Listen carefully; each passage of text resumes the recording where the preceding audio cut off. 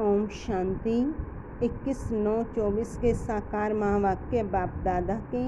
बाबा ने कहा, मीठे बच्चे, बाप कलप कलप आकर तुम बच्चों को अपना परिचय देते हैं। तुम्हें भी सबको बाप का यथार्थ परिचय देना है। बाबा ने पूछा, बच्चों के किस प्रश्न को सुनकर बाप भी वंडर खाते हैं। बच्चे कहते हैं, बाबा आपका परिचय देना बहुत मुश्किल है, हम आपका परिचय कैसे दें। यह प्रश्न सुनकर बाप को भी वंडर लगता है। जब तुम्हें बाप ने अपना परिचय दिया है तो तुम भी दूसरों को दे सकते हो। इसमें मुश्किलात की बात ही नहीं, यह तो बहुत सहज है। हम सब आत्माएं निराकार हैं तो जरूर उनका बाप भी निराकार होगा। ओम शांति। मीठे मीठे रूहानी बच्चे समझते हैं बेहद के बाप के पास बैठे हैं। यह भी जानते हैं बेहद का बाप इस रथ पर ही आते हैं। जब बाप दादा कहते हैं, यह तो जानते हैं कि शिव बाबा है और वह इस रथ पर बैठा है, अपना परिचय दे रहे हैं। बच्चे जानते हैं वह बाबा है। बाबा मत देते हैं कि रूहानी बाप को याद करो तो पाप भस्म हो जाए, जिसको योग अग्नि कहते हैं। अभी तुम बाप को तो पहचानते हो, तो ऐसे कभी थोड़े ही कहेंगे कि बाप का परिचय दूसरे को कैसे दूं। तुमको भी बेहद के बाप का परिचय है तो जरूर दे भी सकते हो। परिचय कैसे दें, यह तो प्रश्न ही नहीं उठ सकता है। जैसे तुमने बाप को जाना है, वैसे तुम कह सकते हो कि हम आत्माओं का बाप तो एक ही है। इसमें मूझने की दरकार ही नहीं रहती। कोई कहते हैं, बाबा आपका परिचय देना बड़ा मुश्किल होता है।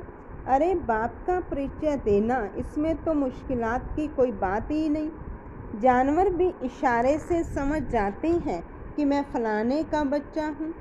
तुम भी जानते हो कि हम आत्माओं का वह बाप है। हम आत्मा अभी इस शरीर में प्रवेश है। जैसे बाबा ने समझाया है कि आत्मा अकाल मूर्त है, ऐसे नहीं उसका कोई रूप नहीं है। बच्चों ने पहचाना है, बिल्कुल सिंपल बात है। आत्माओं का एक ही निराकार बाप है। हम सब आत्माएं भाई भाई हैं, बाप की संतान है। बाप से हमको वर्षा मिलता है।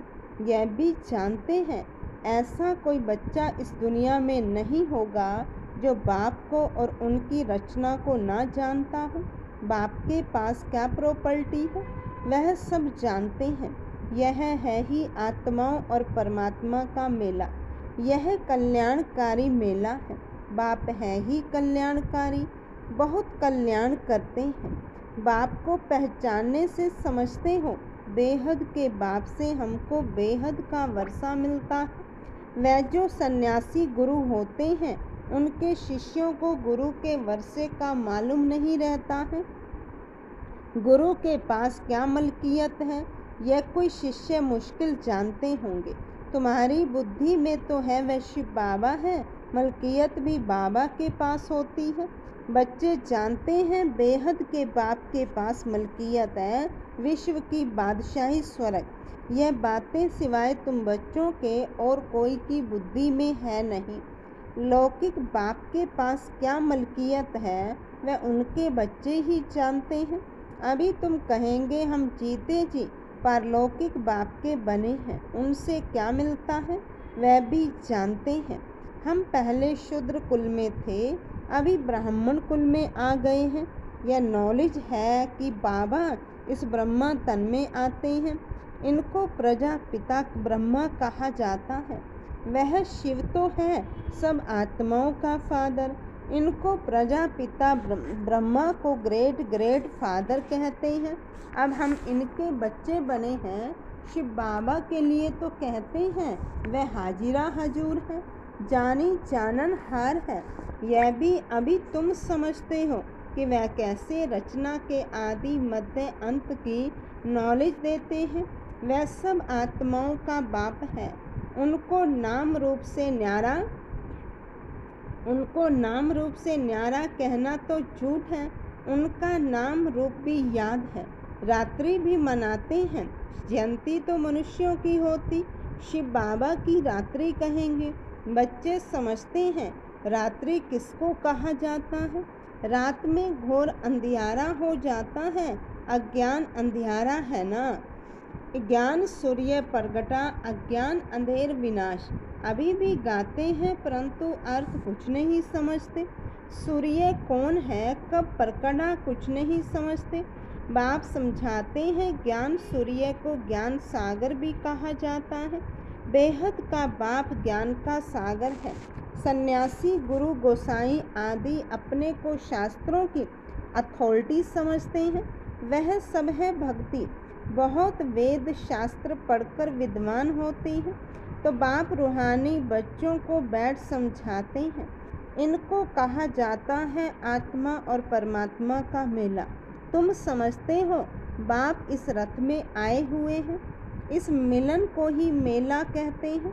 जब हम घर जाते हैं तो वह भी मेला है। यहाँ बाप खुद बैठ पढ़ाते हैं। वह फादर भी है, टीचर भी है।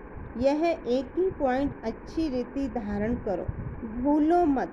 अब बाप तो है निराकार, उनको अपना शरीर नहीं है तो जरूर लेना पड़े तो खुद कहते हैं कि मैं प्रकृति का आधार लेता हूँ, नहीं तो बोलूँ कैसे। शरीर बगैर तो बोलना होता नहीं। तो बाप इस तन में आते हैं। इनका नाम रखा है ब्रह्मा। हम भी शूद्र से ब्राह्मण बने तो नाम बदलना ही चाहिए। नाम तो तुम्हारे रखे थे परंतु उसमें भी अभी देखो तो कई है ही नहीं, इसलिए ब्राह्मणों की माला नहीं होती। भगत माला और रुद्र माला गाई हुई है, ब्राह्मणों की माला नहीं होती। विष्णु की माला तो चली आई है। सूक्ष्म वतन में विष्णु को 4 भुजा वाला दिखाया है, 2 लक्ष्मी की भुजा, 2 नारायण की। बाप समझाते हैं मैं धोबी हूँ, मैं योग बल से तुम आत्माओं को शुद्ध बनाता हूँ, फिर भी तुम विकार में जाकर अपना श्रृंगार ही गंवा देते। बाप आते हैं सबको शुद्ध बनाने, आत्माओं को आकर सिखलाते हैं तो सिखलाने वाला जरूर यहाँ चाहिए ना। पुकारते भी हैं आकर पावन बनाओ। कपड़ा भी मैला होता है तो उनको धोकर शुद्ध बनाया जाता है। तुम भी पुकारते हो हे पतित पावन बाबा, आकर पावन बनाओ। आत्मा पावन बने तो शरीर भी पावन मिले। तो पहली मूल बात होती है बाप का परिचय देना। बाप का परिचय कैसे दें यह तो प्रश्न ही नहीं पूछ सकते। तुमको भी बाप ने परिचय दिया है तब तो तुम आए हो ना। बाप पास आते हो। बाप कहाँ है इस रथ में? यह है अकाल तख्त। तुम आत्मा भी अकाल मूरत हो। यह सब तुम्हारे तख्त हैं जिस पर तुम आत्माएं विराजमान हो। वह तो अकाल तख्त जड़ हो गया ना। तुम जानते हो मैं अकाल मूरत अर्थात निराकार, जिसका साकार रूप नहीं है। मैं आत्मा अविनाशी हूँ, कब विनाश हो ना सके। एक शरीर छोड़ दूसरा लेता हूँ। मुझ आत्मा का पार्ट अविनाशी नूंदा हुआ है। आज से 5000 वर्ष पहले भी हमारा ऐसे ही पार्ट शुरू हुआ था। 1 सम्मत से हम यहाँ पार्ट बजाने घर से आते हैं। यह है ही 5000 वर्ष का चक्र।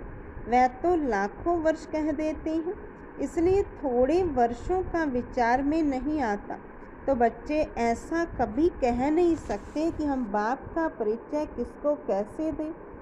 ऐसे प्रश्न पूछते हैं तो वंडर लगता है।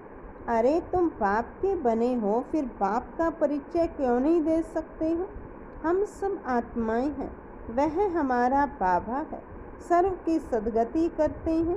सदगति कब करेंगे यह भी तुमको अभी पता पड़ा है। कल्प के संगम युग पर आकर सर्व की सदगति करेंगे। वह तो समझते हैं अभी 40,000 वर्ष पड़े हैं और पहले से ही कह देते हैं नाम रूप से न्यारा है। अब नाम रूप से न्यारी कोई चीज़ थोड़ी ही होती है। पत्थर बित्तर का भी नाम है ना। तो बाप कहते मीठे मीठे बच्चों, तुम आए हो बेहद के बाप के पास।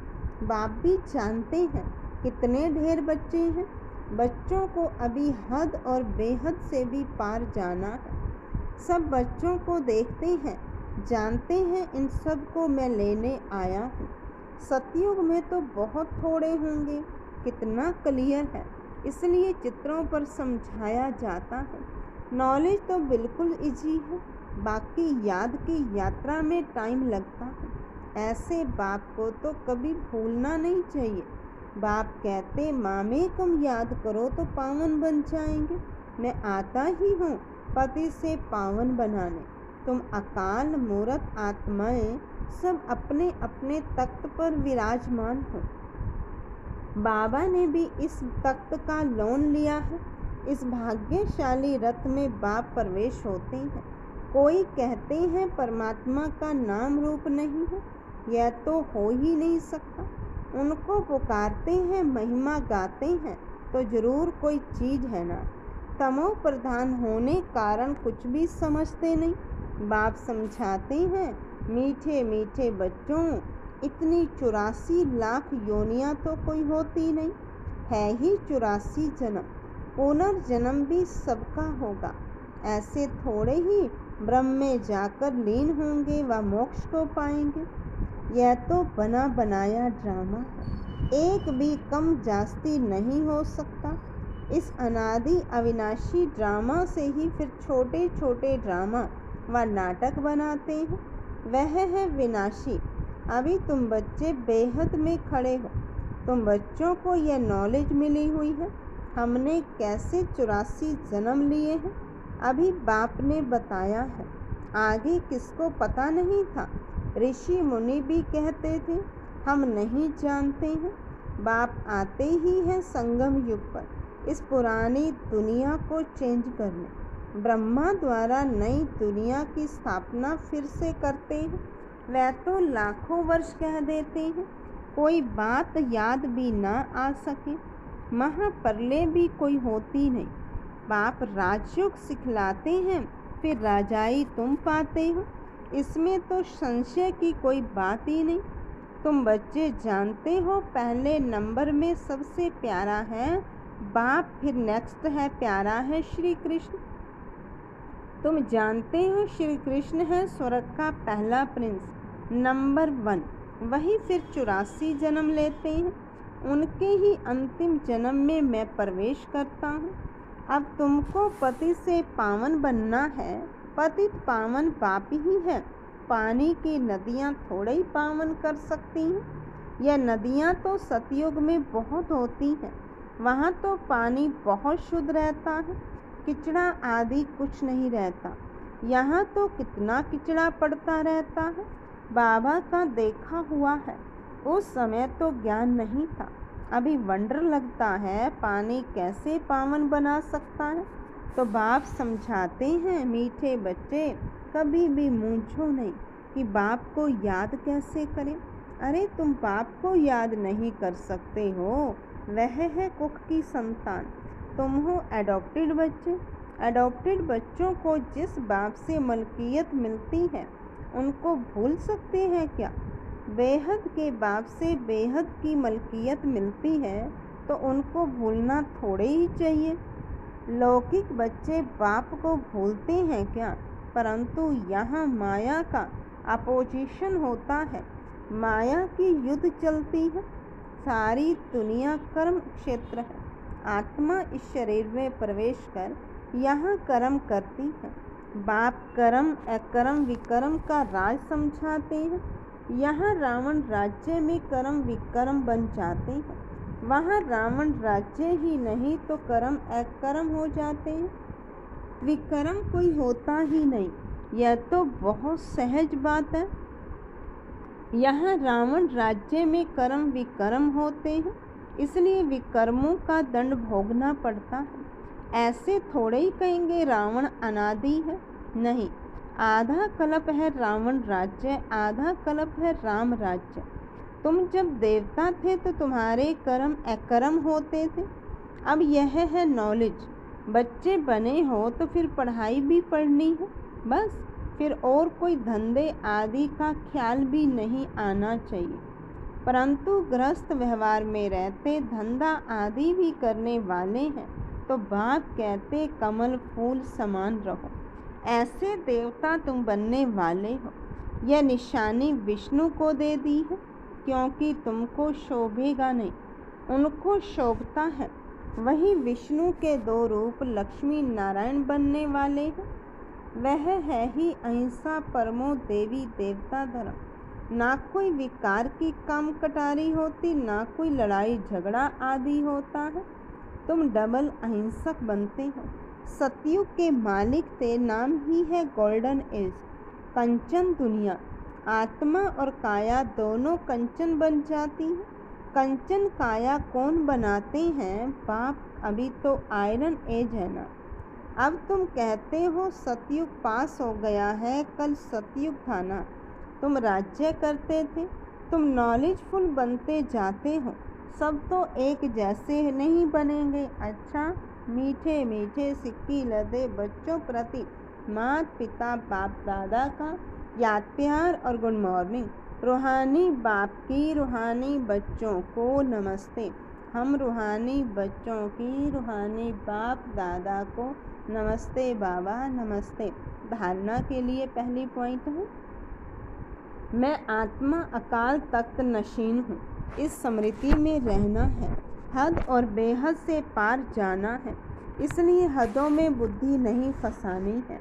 दूसरी पॉइंट, बेहद बाप से बेहद की मलकियत मिलती है, इस नशे में रहना है। कर्म अकर्म विकर्म की गति को जान, विकर्मों से बचना है।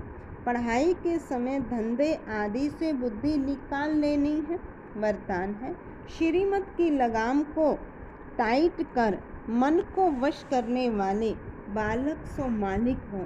श्रीमत की लगाम को टाइट कर मन को वश करने वाले बालक सो मालिक हो। दुनिया वाले कहते हैं मन घोड़ा है जो बहुत तेज भागता है, लेकिन आपका मन इधर उधर भाग नहीं सकता, क्योंकि श्रीमत का लगाम मजबूत है।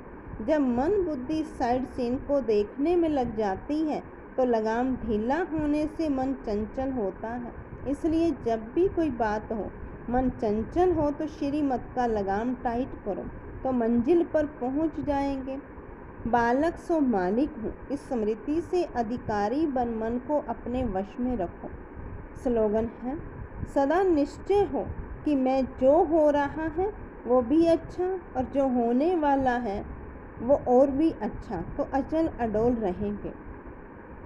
सदा निश्चय हो कि जो हो रहा है वो भी अच्छा और जो होने वाला है वो और भी अच्छा, तो अचल अडोल रहेंगे। ओम शांति। आज का अव्यक्त इशारा, अगर कोई आपके सहयोगी भाई व बहन, परिवार की आत्माएं बेसमझी व बालहट से अल्पकाल की वस्तु को सदाकाल की प्राप्ति समझ अल्पकाल का मान शान नाम व अल्पकाल की प्राप्ति की इच्छा रखती है, तो दूसरे को मान दे करके स्वयं निर्माण बनना या देना ही सदा के लिए लेना है। किसी से कोई सैल्वेशन लेकर के फिर सैल्वेशन देने का संकल्प में भी ना हो। इस अल्पकाल की इच्छा से बैगर बनो। ओम शांति। ओम शांति। 21/9/24 के साकार महावाक्य बाप दादा के। बाबा ने कहा, मीठे बच्चे, बाप कलप कलप आकर तुम बच्चों को अपना परिचय देते हैं। तुम्हें भी सबको बाप का यथार्थ परिचय देना है।